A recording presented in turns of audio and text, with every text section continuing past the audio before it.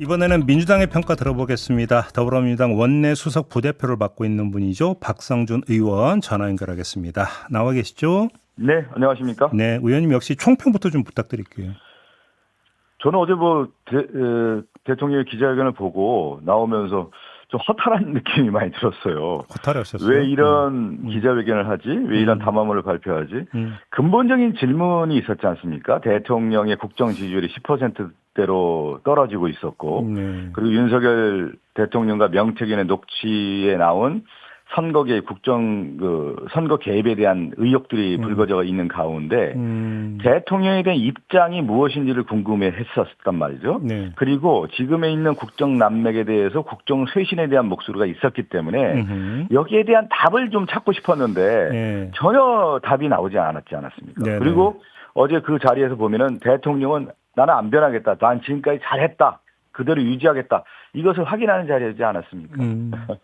그 특검은 반헌법적이고 예산 네. 시정연설에 불참한 건 민주당의 무례함 때문이고 이제 이런 네네. 취지의 주장을 어제 세게 하지 않았습니까?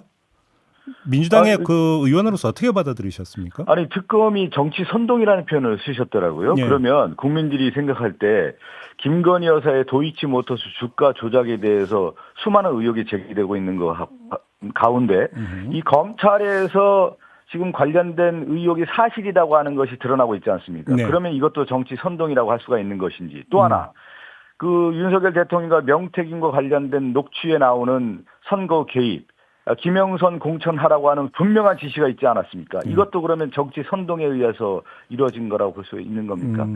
저는 그리고 특검에 대해서 반헌법적이라고 하는 부분에 대해서 정말 놀랐는데 네. 그 박근혜 전 대통령과 관련된 국정농단 사건에 대해서 특검을 누가 했습니까? 윤석열 대통령이 하지 않았습니까? 네, 그러면 네. 그 당시는 특검은 또 반헌법적이었습니까? 또 이중적인 잣대라고 좀 볼 수가 있을 것 같고 또 하나 저는 어제의 전체적인 흐름을 보면 김건희 여사를 두둔하고 김건희 여사를 옹호하기 위한 기자회견이지 않았느냐. 여기에 그쳤다라고 좀 볼 수가 있는 것이죠. 그래요. 예. 알겠습니다. 그 민주당이 공개했던 윤석열 대통령 육성 있잖아요. 네네네. 관련해서 두 개의 질문을 드리고 싶은데 일단 김영선한테 주라라고 하는 발언에 대해서 이거는 공천 개입이 아니라 단순한 의견 제시다라는 주장을 하지 않았습니까? 이건 어떻게 평가하십니까? 단순한 의견 제시라고 얘기했고 또 하나는 기억이 안 난다고 하지 않았습니까? 네. 그 부분에 대해서 분명하게 설명이 됐나요?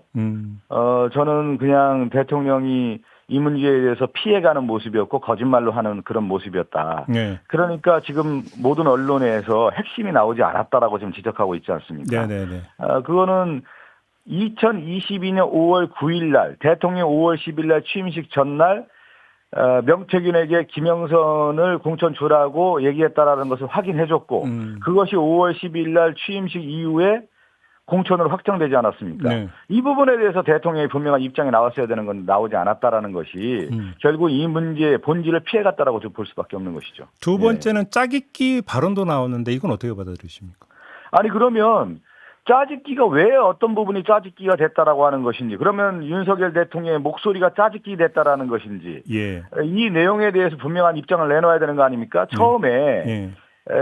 윤석열 대통령실에서는 명태균 씨가 허풍제이고 사기꾼이라고 얘기하지 않았습니까? 네. 근데 이 사기꾼이 아니라 분명한 사실들이 드러나고 있었고 윤석열 대통령과의 통화에 대한 목소리가 나왔는데 네. 이 부분을 짜깁기라고 한다고 해서 국민들이 지금 설득이 될 수 있겠습니까? 네.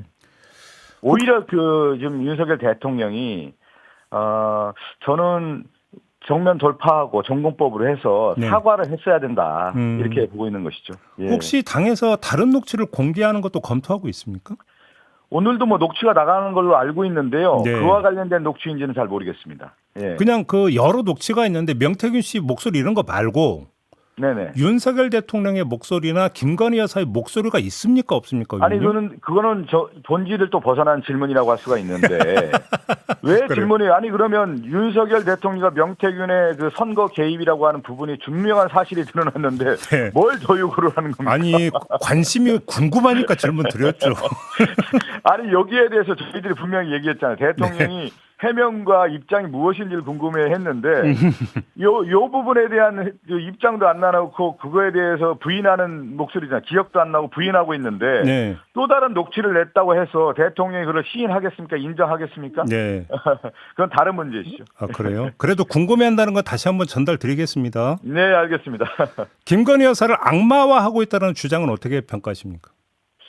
저는 여기에서 국민의 눈높이라는 게 있지 않습니까? 네, 네. 국민들이 생각할 때 지금 국민들만이 그렇습니까? 국민의힘에 있는 많은 의원들이 네. 특히 한동훈 대표도 김건희 여사의 국정 개입과 김건희 여사를 둘러싼 요즘 뭐 그런 표현을 쓰더군요. 팔간신이라는 표현을 쓰던데 그리고 인사 개입을 하고 있다라는 사실이고 또 하나는 뭐입니까? 김건희 여사가 명태균과의 통화와 관련된 내용들이 드러나고 있고 명태균에게 의지하고 있다는 사실이 분명히 드러나고 있지 않습니까? 예. 이것은 결국은 선거 개입을 했고 공천까지 이어졌다라고 하는 사실이 드러났는데 그러면 누가 악마화를 했다라는 겁니까? 근데 윤석열 대통령이 어제 주장을 좀 단순화하면 네네. 김건희 여사는 남편인 윤석열 대통령에게 그냥 이야기한 것만 있을 뿐이다라는 주장을 하지 않았습니까? 근데 그게 왜 국정농단이냐 이렇게 반문을 던졌는데요. 이 점은 어떻게 평가하십니까? 지금 인사 개입한 사실이 드러나고 있고 또 하나는 공천 개입이라고 하는 것이 분명한 사실로 드러나고 있는데 네. 단순한 의견이라고 하기에는 말이 맞지 않는 것이죠. 왜 그러냐 지금 녹취록이 계속 공개되는 과정들을 보면은 예. 김건희 여사가 대통령에게 얘기했고 특히 그 말의 워딩을 정확하게 이해를 해야 됩니다. 명태균 씨가 전화를 했는데 네. 왜 그 다시 전화하게 아침에 했느냐. 그래서 대통령에게 압박하는 거 아닙니까? 네. 확실하게 공천을 줘라 이렇게 얘기를 하고 있는데 네. 그것이 그러면 단순한 조언입니까? 그것이 조언만이 아니라 현실로 이어졌고 공천으로 이어졌고 그것이 확실하게 방점을 찍힌 점이 있는 건데 그걸 어떻게 부인할 수 있겠습니까? 네.